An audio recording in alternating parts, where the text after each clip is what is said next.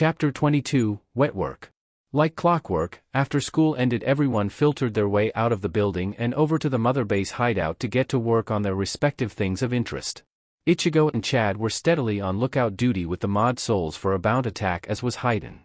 Gaara went over to Urahara's shop to go grab Yoruchi and see what she had done with the Shinigami, watching their progress during the day. Meanwhile, Tatsuki stood in front of Naruto in the training ground of Mother Base with an uneasy look on her face. The reasoning being that upstairs Orihime was busy trying to figure her powers to fix Yuryu. Maybe I should be up there with her? Tatsuki said demurely, a sharp contrast from her usual attitude and outlook. Oh no, you don't. Naruto said, tapping his foot impatiently on the ground, still wearing his school uniform, having not even bothered to change. Since you seem to be burning through everything I'm teaching you so far, let's see exactly where your ceiling is so I know what to focus on for later. Rinnegan, Samsara I. Naruto's eyes turned to the strange ripple pattern before he barked out another order, now channel chakra. Tatsuki's hands slammed together in the ram seal as she built up her chakra as instructed. There, is this good? She asked as Naruto stared at her intently. Remaining silent as he continued to look at her, Naruto's face scrunched up in thought. There's an easier way to figure this out, but the trees that I'd need to make paper from for the easy way don't exist, and I'm no gardener. What are you trying to do? Tatsuki asked, wondering just how long she'd have to flex her chakra coils for Naruto to find whatever he was looking for. Maybe if you tell me I can help. You can't because there's no way you'd know. Naruto commented glibly and without blinking, unless you know off the top of your head what your chakra nature is? Tatsuki tilted her head curiously. Chakra what now? Naruto didn't immediately answer, instead keeping silent for a few more seconds before smiling contently. Ah, there, that makes sense. You're fire-natured. Of course you are. He then frowned. Of course you'd be natured at the kind of jutsu that I'm the worst at though. He seemed to be dealing with fire a lot lately. All of this rapid-fire information was beginning to make Tatsuki's head hurt. I'm confused. What's going on? Gesturing for her to sit down with him by the lake in the grass, Naruto began to explain as best he could. He hadn't had to do such a thing in a very, very long time. You've seen me use electricity and wind and all kinds of stuff in my fights, right? Tatsuki nodded. Of course she had. Well, it's an advanced form of manipulating your chakra. And your chakra nature just shows me what you'll have the easiest time with, which will be fire. I can make fire? Tatsuki chirped questioningly, excited at the mere prospect of doing so. Being a ninja in Naruto's time had to have been the coolest job that ever existed. You will be, but you can't do it automatically now. You need your hand seals and you need to get used to the feeling of the fire ninjutsu before I can show you other things you can do with it. Naruto explained, drawing the kanji for each basic chakra element in the soil. Katan, fire release, Futon, wind release, Raiton, lightning release, Doton, earth release, and Suiton, water release are the 5 basics. In theory you can learn a ninjutsu for all of them, but you'll only have an affinity for 1 or 2 by the time you're 30. He wasn't sure about that. She might get them sooner. She was currently blowing all of his previous expectations about her development right out of the water with gusto. Tatsuki raised her hand like she was in school. But what about when you push and pull stuff around without even touching anything? What element is that? It's not one, it's something that comes with having the Rinnegan. Naruto explained with a shrug. Swift release isn't a real element either. That one is actually what I got out of messing around with the Rinnegan powers and lightning release in my body. It takes more chakra than a normal person can keep going to work. But I'm not normal. Duh, Tatsuki said, but with no real intent in her voice. So how do I learn how to do this stuff? A grin came across Naruto's face as he stood up and got Tatsuki to do the same. For once I'm not going to give you a long list of mechanics and stuff to do before learning something, mostly because this has hand seals, so you just need to know the basic process on how to do something. Your first fire ninjutsu. He noted that the girl must have really loved fighting because she was bouncing from foot to foot on her toes with a smile that she just couldn't keep off of her face, and you will be learning how to breathe fire. That's how most fire ninjutsu work. You have to pull your chakra in your stomach and exhale correctly. What is it? Come on, I'm so ready. Her exhaustion from the previous night and her sluggishness from that morning was all but forgotten. She just wanted more training. What are the hand seals? Both of them slowly lifted their hands up so that Naruto could show her the seals she would need to execute the jutsu: Mi, snake; Hitsuji, ram; Saru, monkey; I, boar; Uma, horse; and Tora, tiger. He let her go through the seals time and time again until she looked back up to him to show that she had it memorized for the moment. Now I hate doing fire ninjutsu, but it's supposed to look like this. He made the hand seals easily visible for her benefit and inhaled deeply as he turned out towards the lake. Katan, Gukakyu no Jutsu, Fire Release, Great Fireball Jutsu. Tatsuki watched with bright eyes as a massive orb of scorching flames 5 times a human size rocketed from Naruto's mouth and flew out over the lake for dozens of yards before dissipating into the air. I put too much chakra in that. I said my control with fire techniques was shoddy. Naruto commented while scratching his head, yours won't be that big. If it is, then it's because you overloaded it and you'll feel like you just got through with a full spar against Yoruchi-chan. But anyway, this is simple, there's no need to shape anything or really keep control over it. It's a big breath of air and you're pushing out fire. Deciding to take it step by step, Tatsuki started slowly making hand signs so she would remember them when it came time to actually execute the jutsu, pull the chakra in my stomach. She said to herself, trying to get accustomed to the feeling of building chakra inside of her body. Is this dangerous? Kind of. Naruto admitted to her. She was breathing fire. Of course it was dangerous, that's why I put you by the lake. So if you catch yourself on fire you can jump right in until someone can heal you up. Now that you know what building the chakra feels like, go ahead and give it a try. You had to love the concern that the sensei showed his student. At least he wasn't throwing her down a crevice, yet, because there was plenty of time for that later. Now was the time to teach his tomboy how to shoot fireballs. Well, no guts no glory. Once more, Tatsuki went through the hand seals at half speed, building chakra inside of her body before taking a deep breath. Katan, Gukakyu no, cough. Tatsuki choked while expelling the fireball, releasing a small burst of fire that barely reached out 3 feet. Tatsuki fell backwards onto the ground, coughing black soot from her mouth. Cough cough, I wasn't ready for that. It felt like my lungs and throat were on fire. Naruto dropped down to one knee and rubbed Tatsuki's back soothingly as she got all of her coughing out. Yeah, it isn't going to be very fun this time. It won't be boring though. Cough, I hate you. Now you know you don't mean that. When you stop coughing, let's try again. XXX. With Gaara, early evening, Karakura Community Park. After getting out of school, Gaara headed up to Urahara's shop to check with the man on his progress with Nell's injury to her mask and to locate Yoruchi and figure out what she had been doing all day. If Orihime could heal Yuryu's injury, then she could probably fix Nell's as well, even if it was a very old wound. He would just have to wait and find out later if she had managed to pull it off before bringing it up. Currently on his way back from the shop, Gaara walked serenely in the sunset. The rare person that passed him by seemed to stare at the large gourd that sat on his back, but not enough that it was extremely out there. If it was brought up, he could just say it was an eccentric backpack. The fact that Yuryu had been attacked the previous night put him on his guard, as the streets were next to empty with a person coming into his vision every so often, but his concerns weren't centered on himself. One would have to work very hard if they wished to kill Gaara even on his worst day.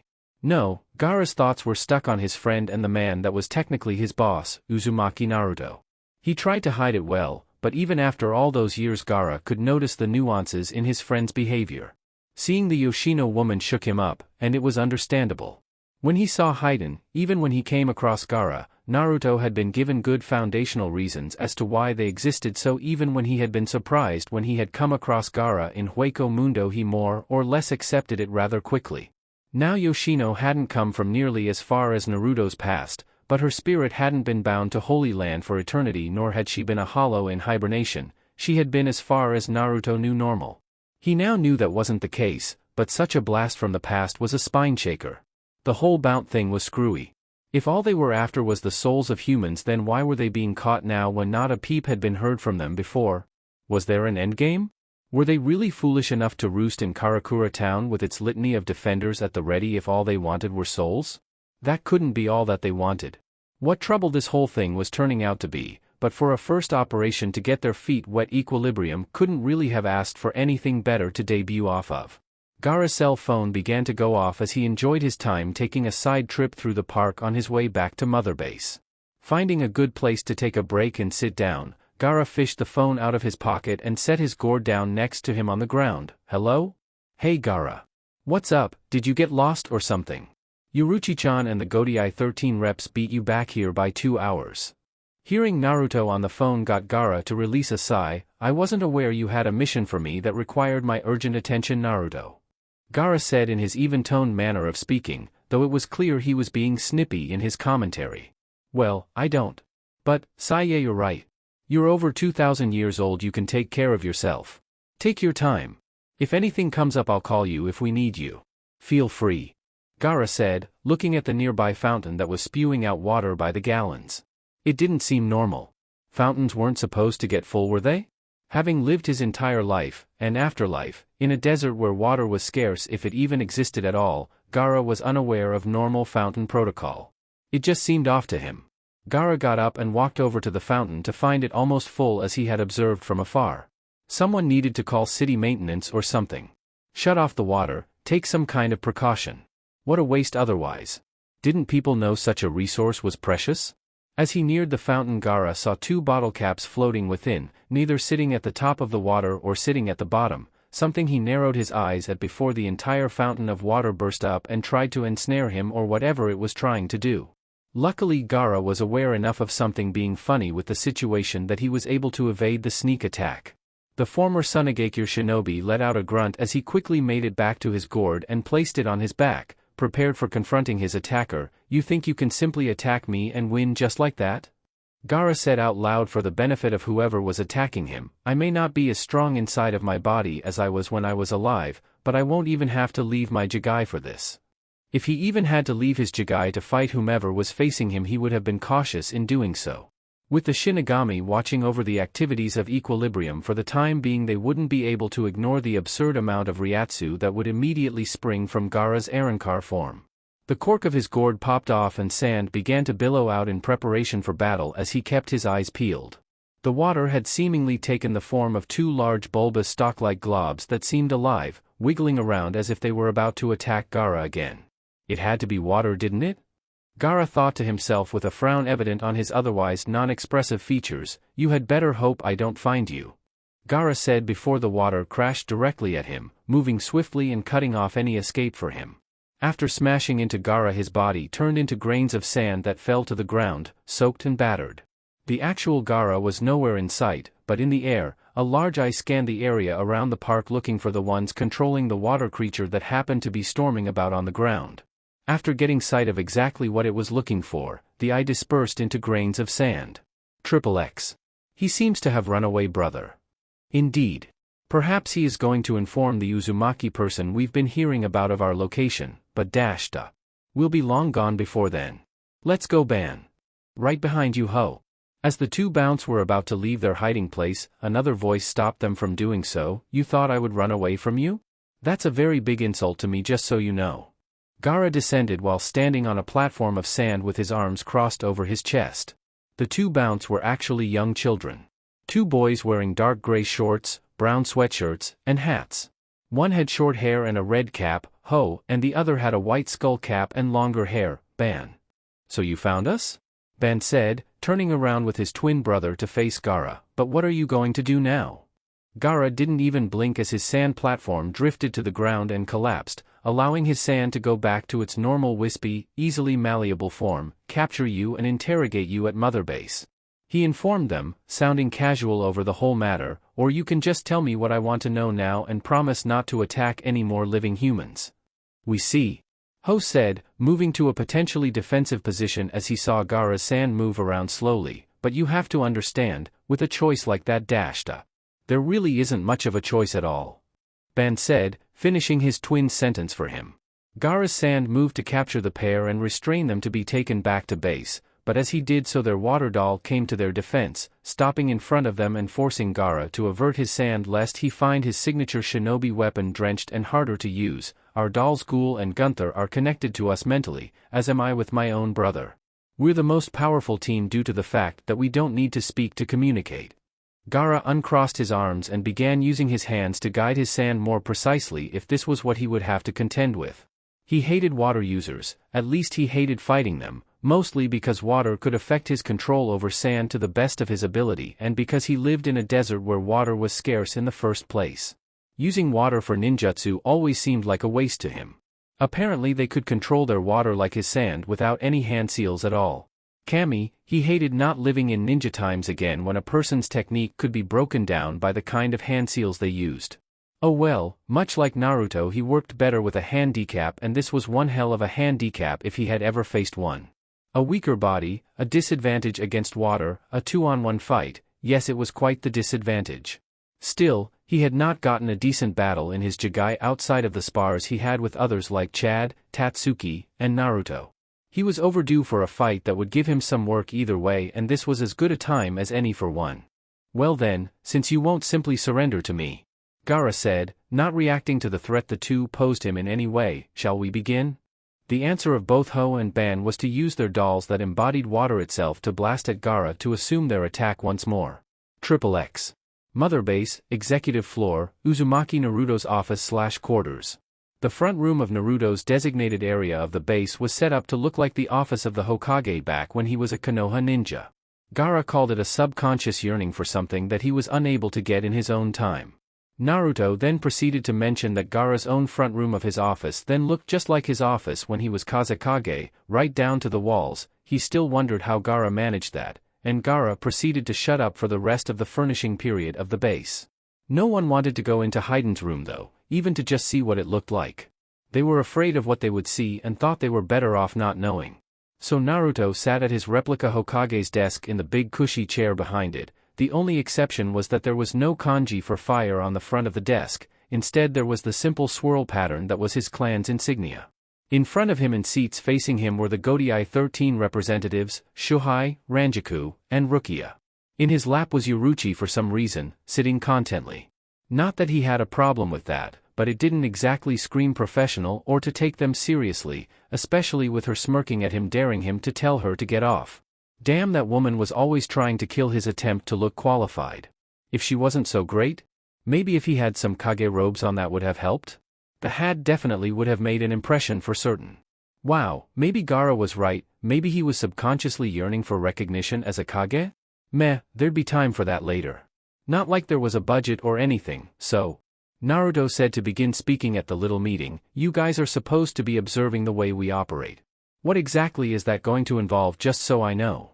Shuhei slouched comfortably in his chair, finding the environment a very calming place. Well, we're supposed to note as much of your personnel as we can, which we already did after seeing everyone, including the Ryoka from the Siri-IDI infiltration. Knew it.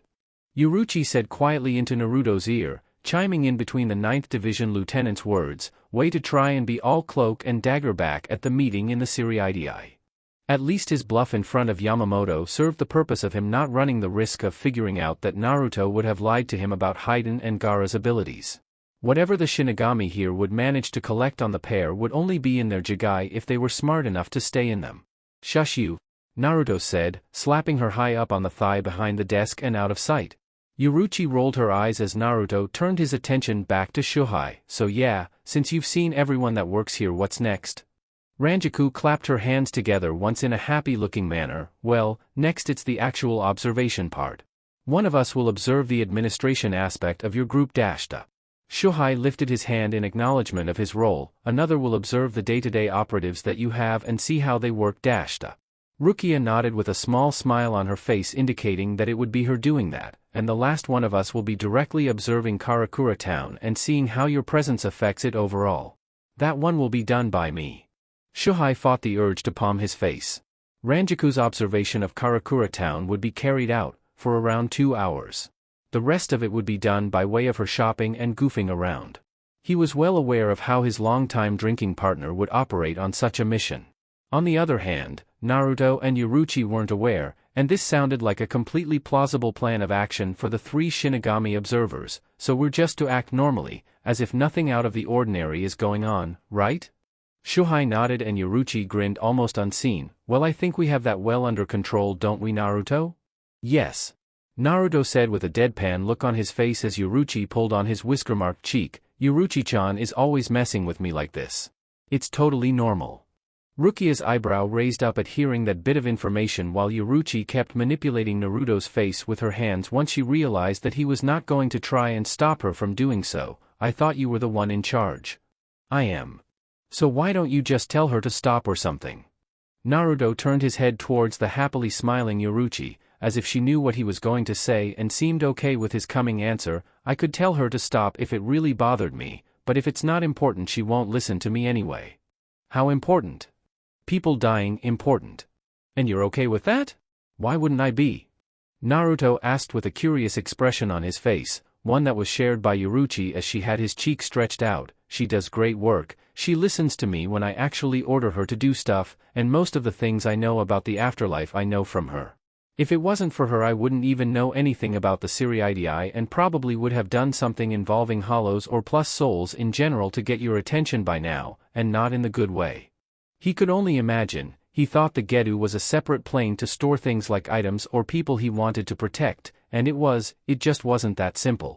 If he had taken it upon himself to try and navigate or protect souls the way he found out that Shinigami did, he might have ended up throwing hundreds or maybe thousands of them right into Hueco Mundo. That would have been awkward to explain when the Shinigami eventually confronted him on it.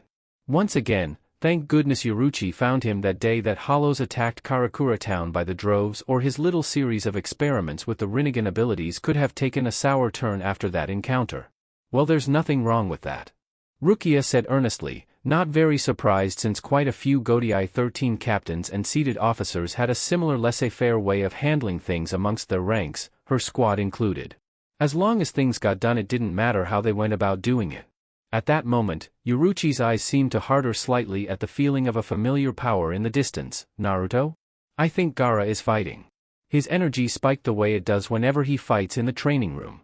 I just called him and he said he'd tell me if something was going on. Naruto said, palming his forehead hard. Fine, I guess we'll have to talk to these guys later. Hopefully the mod souls felt the bout that he should be fighting, but either way, could you go ahead and call Dash?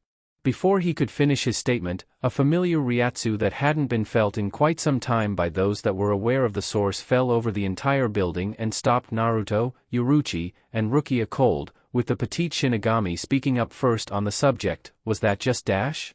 I think it was. Naruto had a massive grin on his face because an assumption that had been made by the hastily conceived brain trust had actually been correct. Forget calling Chad or Ichigo, I'd rather Dash. I'll go get him and tell him to leave right now. He's probably eager to jump right back into the mix of things anyway, Yoruichi said, hopping up out of Naruto's lap and walking to the door to go fetch the person she already knew he was alluding to. As the door to the office shut behind her, Naruto looked back at the group of Shinigami in his office with a victorious face as he leaned back in his chair. See? Yoruichi-chan does things for me, and I usually don't even have to say anything to get her to do it. It's like she's in my head sometimes. XXX. Gaara vs. Ho and Ban. Another rush of water sent at the stationary Gaara did nothing against the bulky wall of sand Gaara formed between himself and the liquid, and apparently they couldn't generate enough force with their water to bust through the wall. As the attack subsided, Gaara shifted the wet sand that had been the front of his wall towards the back for his drier sand and waved his hand in a side-to-side pattern. Randan, Suna Shigure, successive shots, sand drizzle.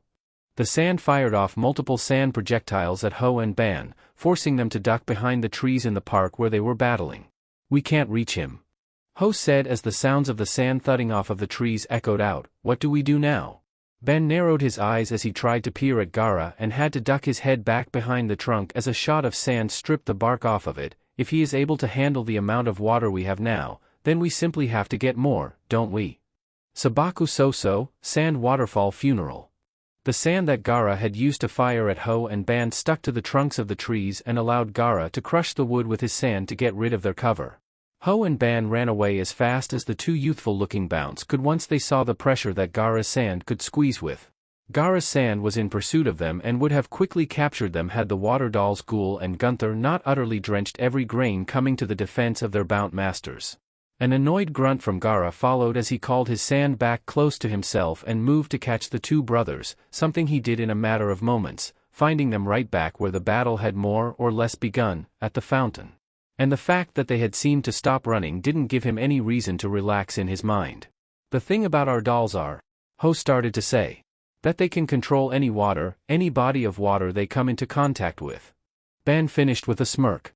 Gaara sent his sand at the unprotected pair, but a rumbling underneath his feet gave way to the ground actually cracking and water from underground began swiftly and heavily bubbling up over the pavement, flooding the ground. Gaara switched his sand from attacking to taking him off of the ground and into the air to avoid the water that seemed to be trying to grab him. Maybe you're the one that should think about surrendering and leaving, Ban said as he and his brother started amassing more and more water to rise up from the ground to try and reach Gaara out of the air. The water took on a large glob-like form that seemed to be several stories high. The attacking bounce grinned as parts of the creature stretched up towards Gaara to snatch him out of the sky. You think this is all the sand I have under my control? Huh? Ho said, hearing how unconcerned Gaara seemed to be at facing down the massive water creature. I said. The hands of Gaara slowly raised into the air as if he were trying to lift something that was unseen and heavy due to the speed at which he was drawing his arms up. Do you really think that this is all the sand that I have under my control? Both Ho and Ban started looking around as they heard a low rumbling coming from around them. They then caught sight of sand moving around the trees surrounding the cracked pavement and fountain. Waves and waves of sand, and they jumped into the fountain to avoid the rush of the grains. How can you possibly get all of this sand? Ho shouted in alarm. We can control tons of water with Ghoul and Gunther, but we need an existing source like the water in the pipes leading through this fountain. There's no amount of sand like this anywhere in Karakura town. I can send my sand into the ground and grind up the minerals to make more. As long as I have even a small amount of my sand I can always make more anywhere I go, as much as I need. Gaara said informatively as his sand began to swirl past the fountain and bashed into Ghoul and Gunther, the blunt force of the sand tearing the glob of water into segments. With the immediate threat to himself handled, Gaara turned his sand onto the twins as it began to engulf the entire fountain in a wide-open trapping ball, Sabaku Row, sand-binding prison.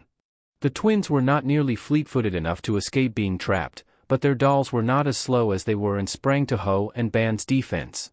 Before Gaara's jutsu finished closing, the two dolls blocked the opening with a forceful torrent of whipping water, long enough for both boys to burst free through said water and avoid capture as they seemed to surf out as far away from the sand trap on the water that comprised their dolls' effective forms. Trying to trap those two without killing them was turning out to be a pain in Gaara's ass. And apparently they had forgotten that Gaara had explicitly told them that he was going to capture and interrogate them, because upon escaping they looked as if they had survived Gaara's best shot. Putting distance between themselves and Gaara's failed attempt to capture them, Ben smirked at the red-haired Arankar. Well, that didn't work. Is that the best you've got? No. Gaara said plainly, I just told you that I'm going to take you alive. An opportunity to catch a bout and extract information from you on your activities is something that I cannot pass up, even if it would be exceedingly easier. He was clearly the best equipped to do so out of equilibrium. Naruto and Haiden weren't the capturing type, more used to obliterating their targets. The same went for Ichigo and Chad. Tatsuki would have probably been defeated by the pair by now. Yuruchi didn't fight unless she felt like it. Urahara and his workers didn't fight unless there was something the man himself wanted to observe, and Orihime didn't really choose to fight, period. But Ho and Ban took offense to how calm Gaara still was. He seemed to be as cool as a cucumber. Not a single offensive move they had attempted from the outset of the battle managed to take that same monotone expression off of his face. You think you can beat us so easily that capture is an option? Both Ban and Ho said simultaneously as more and more water started to be pulled out of the fountain, to the point where the spigot the water came from shattered completely and water flew out by the gallon. Gaara let out a sigh and prepared to continue fighting until a power he had never felt settled over his senses. It had a familiar signature to it, but it was magnified by thousands of times when compared to what he was used to. Is that Dash? He asked himself before a small smile placed itself on his face, so she was able to fix him after all. You're quite impatient, aren't you, Ishida-san? As if Gaara's words summoned him out into the open, Yuryu strode out of the tree line from behind Gaara and stood next to him with a confident look on his face. I hope I'm not interrupting your battle with these two. He held out his left arm, letting his Quincy cross dangle from the chain he had around his wrist. Do you mind if I step in and fight instead? It's been quite a while and I want to see if Inoue's work was as good as it felt after she finished healing me. All Gaara did was step back out of Yuryu's way. If it came down to it and he was rusty, he could always step back in and finish the fight in his place. So long as the objective was achieved, he didn't care. Let Yuryu stretch his legs. Well, if it isn't the powerless Quincy? Ban said in amusement of Yuryu's presence, and it looks like he's got a little of his bite back. But he's still too weak to be anything more than a liability to the stronger one, brother. Ho said in response, let's defeat him quickly and get back to the troublesome one with the sand. Why do that when we can take them both at once? Good point, The water dolls Ghoul and Gunther rushed at both Yuryu and Gaara with their monstrous forms fueled by the water that was still draining from the burst fountain. Yuryu did not move, he merely formed his blue energy Quincy bow before it took its more elaborate shape that he had used in the Soul Society. A grin came to his face at the feeling of doing such a thing in battle once again after not being able to do so for months, and it appeared that he didn't have to start over from scratch even without the Sanray glove. Taking aim with his bow, Yuryu fired only 2 shots, and they weren't directed at Ho or Ban. The shots passed through Ghoul and Gunther and hit 2 very small targets within the bodies of water. 2 targets that once hit forced all of the water comprising the 2 dolls to fall uselessly to the ground. Both Ho and Ban's eyes widened in complete shock and horror at what Yuryu had done. No. Do you know what you've just done? They both asked as Gaara didn't miss his opening and used his sand to capture the now defenseless Bount twins. Yuryu let his bow vanish and adjusted his glasses on his face. I watched some of your fight with Gaara. When he did damage to your water doll, the water always reformed to a certain smaller spots. At a closer look, once I stepped in myself, I was able to see that the 2 particular spots had a bottle cap at the center each. A small target that many wouldn't notice, but for a Quincy archer it's all that one of us would need. Man, it felt good to talk down to an opponent he had just pulled a massive advantage over. He didn't think he'd missed it that much. No. The ongoing session of Yuryu patting himself on the back for such a commanding victory came to an end when both Ho and Ban began turning to dust, much like Ryo had after Tatsuki had smashed him into pulp with the Rasengan. What's happening? Yuryu asked. He hadn't shot Ho or Ban, and Gaara was not using his sand to crush them, only to capture them. In a matter of seconds their best efforts to struggle did nothing as they finished turning to dust. Gaara's sand released them to allow their ashen remains to fall onto the ground. I didn't do anything to kill them. Gaara walked over to the dust that used to comprise Ho and Ban and kneeled down to observe it before looking at where the dolls Ghoul and Gunther fell apart. A frown crossed his face as he stood back up. You didn't, but you destroyed their dolls. The bond between Bount and doll must be incredibly close for them to die because you destroyed them. It made a semblance of sense though.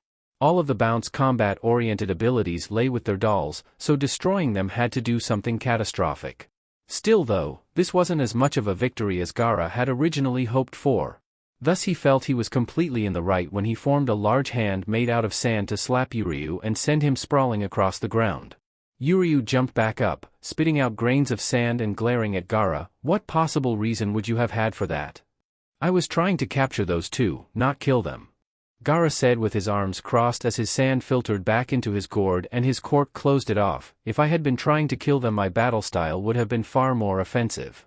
Well, it wasn't as if I tried to kill them either. Yuryu defended, temporarily losing his cool at Gaara's expense before regaining composure and thinking about the waste that had just occurred. So much could have been gained from catching Ho and Ban, damn it. It was accidental, that much was clear. But now they at least had another way of destroying a Bount, by getting rid of their dolls. That was something. XXX. Meanwhile, Mother Base. Goodness. Yuruchi said as she lay Oriheim's tired, unconscious body down on a bed in one of the rooms set aside for other potential members of Equilibrium in the future. How much power did you use fixing up Yuryu? The question of course could not be answered, but that didn't stop Yuruchi from asking. When Yuruchi went to locate Yuryu and see if he was in appropriate shape to go and find Gaara in case he needed assistance, Oriheim was barely able to keep her eyes open and then proceeded to collapse upon Yuryu's leaving of the room. Stubborn girl, she was not going to let her own exhaustion rain down on Yuryu's parade of getting his combat capabilities back. Still, there was something to be said about that kind of determination to keep working well past her own limits. When she had tried training Oriheim to develop her abilities before the first trip to the Soul Society, she had not expected her to get so good at the healing aspect of her powers. Talk about exceeding expectations, fixing people that were split clean in half and restoring lost abilities. Doing nothing for hours but sitting and healing Yuryu after identifying the damaged parts of his energy circulation, Oriheim had more than earned her rest and would be given it for as long as she needed it. Yuruchi left the room, stopping at the door before shaking her head at Oriheim with a fond smile on her face. It's scary. You don't even know how powerful you really are, Oriheim, she said before flipping off the light and shutting the door. XXX. With Haydn. Sick of sitting around and waiting for something to happen, especially since whenever anything did indeed go down Haydn was too far away to get personally involved. The silver-haired Arankar in disguise decided to take an active approach and hit the streets looking for anything he could find. He wasn't expecting any Bount to actively seek him out, because in his mind such a thing would be tantamount to suicide for the fools, but just any kind of information that was off-kilter that he could dredge up would have been wonderful. Thus for the entire day he had been traipsing around Karakura town, sticking to the back alleys and trying to get whatever useful information he could about any strange or unnatural things going on, maybe an urban legend or two. Even if there was no inkling of something to lead him to the Bounce, there was always a chance that it would lead to something else worthwhile to take up for work later. A lanky-looking guy with slicked-back silver hair and wearing black clothes that would have looked right in place at a metal concert that came strolling up to the street toughs demanding information on random subjects didn't get said street toughs to take kindly to such a happening. And this was the part that Haydn thoroughly relished, because it was downright enjoyable for him to walk around all day doing nothing but getting into random street fights with regular humans, especially when one of them would do something like pull a knife on him. Once they stabbed him, the looks on their faces were priceless right before he would proceed to break their jaws among other body parts. He might have killed a few of them in hindsight, but they should have just told him what he wanted to know. And it wasn't like he'd get in trouble, right? Uzumaki couldn't hold it against him for defending himself, defending himself, and they were lowlifes regardless. But he managed to beat some interesting rumors out of a few guys that remained conscious after his complete and total gangland thrashings. He was given the location of a few creepy places in town that bore no suspicious fruit, but there was one that was currently looking to be gearing up as a home run.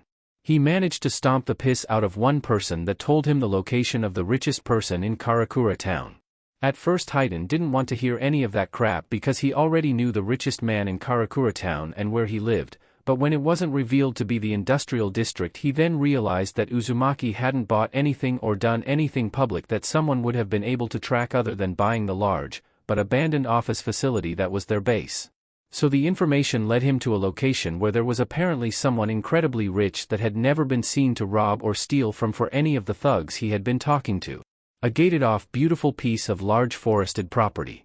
With this place being found, Haydn planned to investigate it much like any other place he figured there might be a Bount or something, willing to put his very rusty ninja skills to the test since unlike the other places this mansion was inhabited by someone. Haydn jumped right over the gate and cracked his neck upon landing. When was the last fucking time I had to sneak into anywhere? Haydn thought to himself as he skulked through the trees in the dead of night, man, I don't think I even did any shit like this back when I was actually a ninja. His trip into the potentially hostile territory was cut short when he felt a sword drive through his body from behind. Haydn's gaze turned down to see the length of a katana sticking out of his chest. I wonder how this got here. He said calmly, touching the tip of the blade that was coated in his own blood before craning his neck behind him to see nothing there. I always did suck at sensing an enemy's presence, but this is ridiculous. With the sword still buried through his chest, Haydn pulled out a sealing scroll and scraped some of the blood from his stab wound across it to unseal what used to be his old triple-bladed scythe in life, only now with the blades on it replaced and it was no longer attached to his body by the cable that it used to have at the end of it. Haydn spun the scythe in his hand before making a move to turn and swing at whoever had stabbed him from behind. However, with a wet squelch noise the sword was pulled out and Haydn's attack missed. Ignoring the bleeding hole in his chest, Haydn's eyes scanned about for any sign of his attacker, but slashes started appearing all over his body. Each and every strike elicited a grunt from Haydn, but a grin started slowly creeping upon his features as blood began to pour from him. You obviously have no idea who you're dealing with if you think I'm that easy to kill. He lashed out in a seemingly random direction only for a clang to sound out as his enemy came into sight and blocked with his sword. I didn't even get to pray before our little battle, that really pisses me off. A follow-up swing from Haydn missed as his opponent used Shuinpa to evade the attack. The attacker was a dark-haired Shinigami wearing a sleeveless uniform that seemed further modified from what Haydn had been conditioned to expect.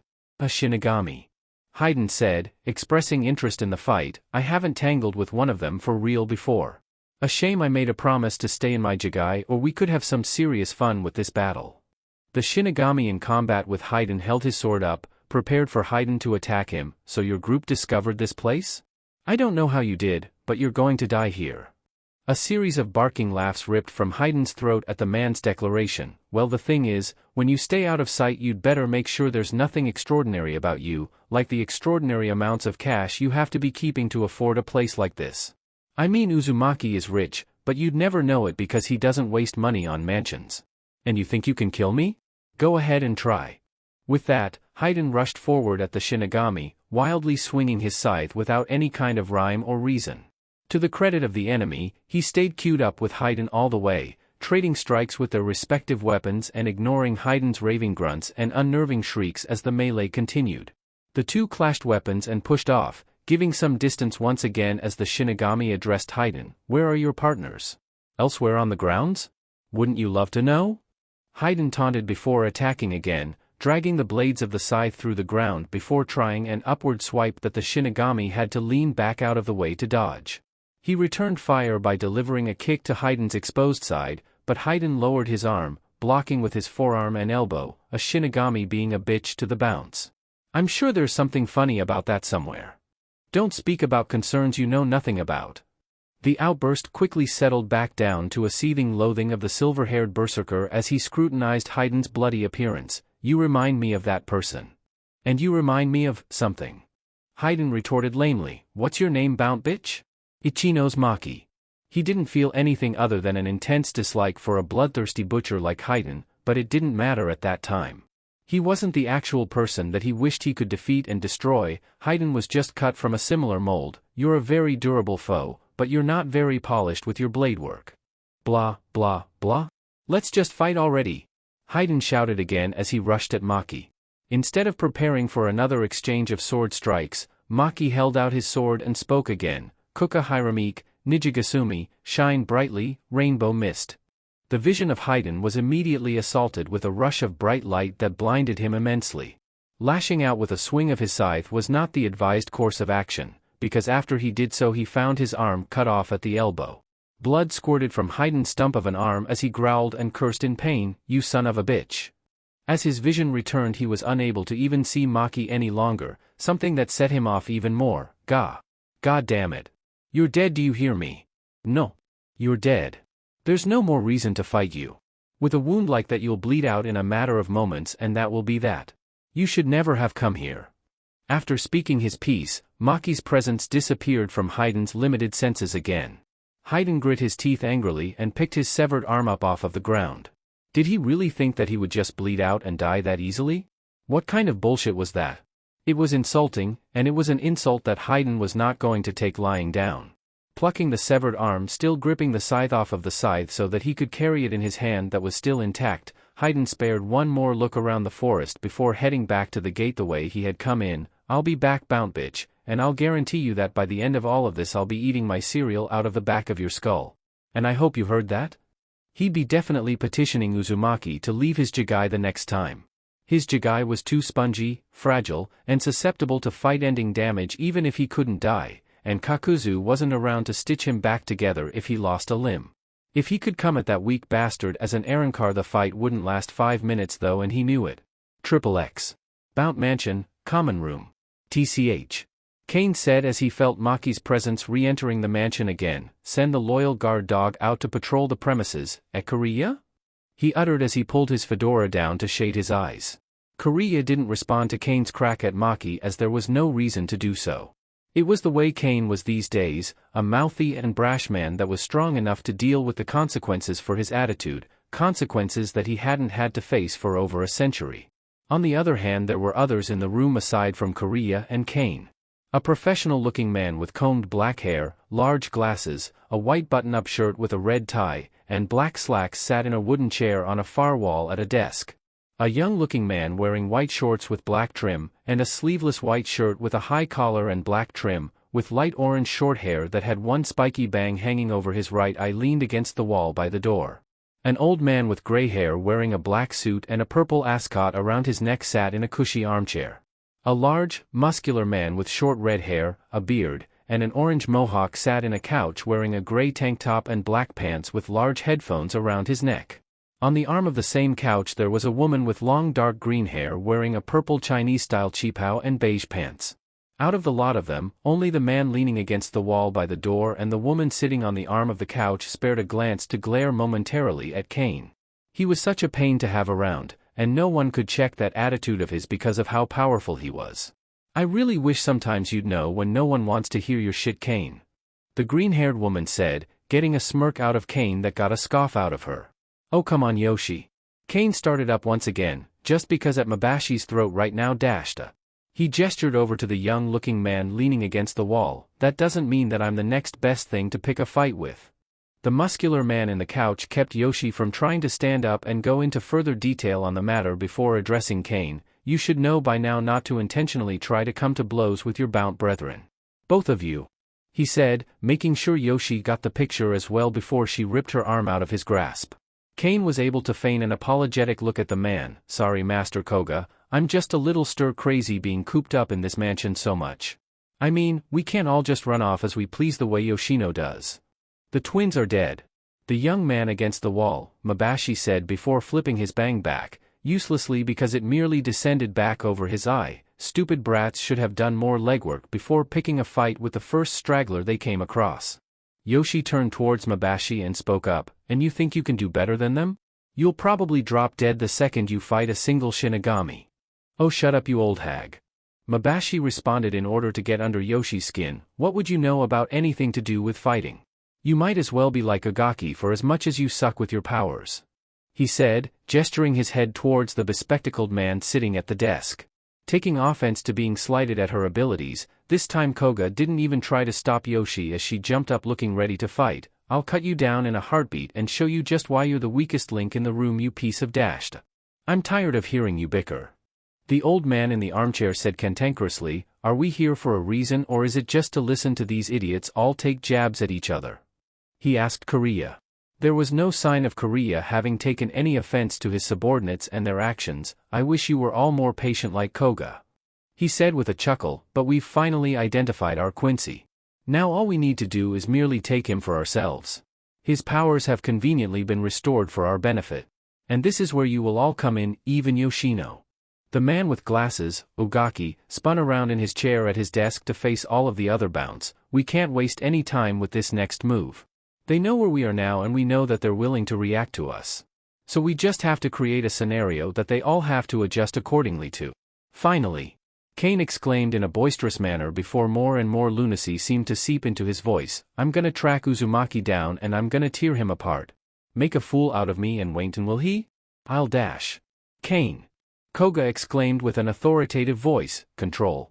I didn't teach you to be impulsive and fly off the handle, now settle down." Hearing Koga's order, Kane shifted a glare to him that didn't even last for a second before he lowered his head. "Sorry Master Koga. It's just that you know already what I'm willing to do to that bastard." His fists shook at his side merely thinking of his stupid grinning face with those absurd facial markings. "I'll carve some scars into those stupid marks of his with my bare hands." With an air of normality settling over the room, Korea nodded his gratitude to Koga. "Thank you Go," he said, using the man's given name in a show of familiarity. "As I was saying, you will each have your parts to play to isolate our Quincy friend and further our plans. Each of you should be prepared for battle, even you Saatari," he said to the old man who merely grunted in response. "This is all I wished to say." With that, Mabashi walked towards the door and opened it to leave, the other Bounts slowly filtering their way out of the room as well, even Saatari at a reserved pace leaving Korea and Ugaki alone in the room. "How are you going to utilize the special ability of our most unique Bount tomorrow?" Ogaki asked Korea curiously. "You're not really willing to let her fight and possibly wind up lost, are you?" Korea shook his head and walked over to the man, setting a hand on his shoulder. "Our dear Yoshino, she'll do exactly what I need her to do in one way or the other tomorrow even if she does end up fighting. Best case scenario we take down two birds with one stone. Either way her use will come to fruition. There's nothing to worry about." Ogaki smirked as he turned back around in his chair back towards the desk. "Oh, I was never concerned. I was just ensuring that our fearless leader had his priorities straightened out for tomorrow if everyone is to engage in battle." "How charming of you," Korea said with a slight laugh as he left the room himself. "Like I said, there's nothing to worry about. We are far too close now to fail so easily and there are only so many ways the enemy can react to our presence. They can't see everything and in the end they still know nothing. Omake, jacks of all trades. What do you mean cover jobs? Ichigo asked irritably as he, Chad, Yuryu, Orihime, and Tatsuki sat in the dining area while Naruto and Yaruchi stood to speak to them. Naruto rolled his eyes and decided to explain, do you think that all we're going to be doing is looking for hollows and supernatural stuff? No. There's no real-world income for that, and I'm not paying you straight out of my own pocket with my own hard-earned book sales and personal merc work forever without getting some kind of return. At some point once we finish working out how we're going to handle all of this, you're going to be doing odd jobs and mercenary work. Chad didn't know exactly what mercenary work entailed, this he felt the need to ask, like what exactly?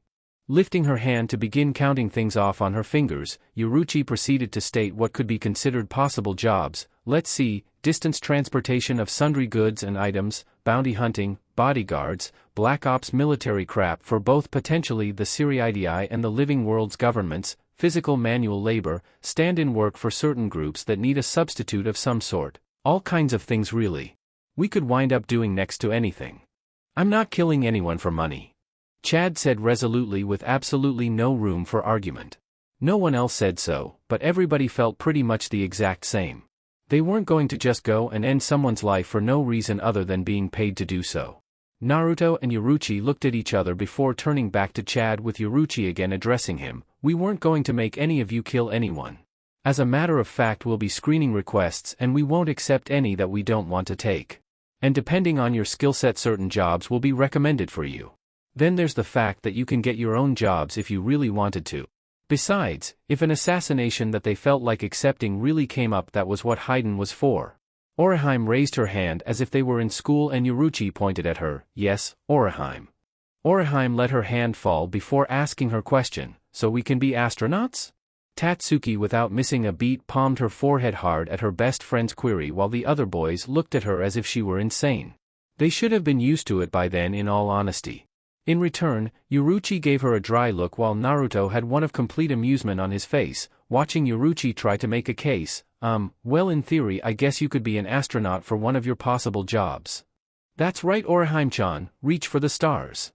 Ignoring her sensei Naruto's outburst of encouragement as Orihime's eyes seemed to shine over with the possible career opportunities running through her head, Tatsuki decided to be the more proactive of the youngsters in the room. So, if I became a professional fighter or something along those lines. Now that's a great side job.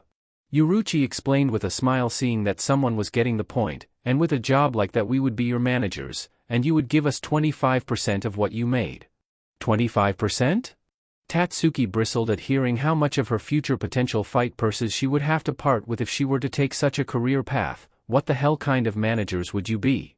The managers that trained you, provided you with a facility, gave you sparring partners, transportation of any kind, a free place to stay if any of you wanted to live here. Naruto said, listing reasons with a completely straight face, managers like that. Point taken, Tatsuki's face fell and her fire to dispute such a loss of money faded out. Okay, well when you put it that way never mind. She said sheepishly. Yuryu was the next to ask a question, what about if we want to go to college? Ichigo stuck his tongue out at the thought.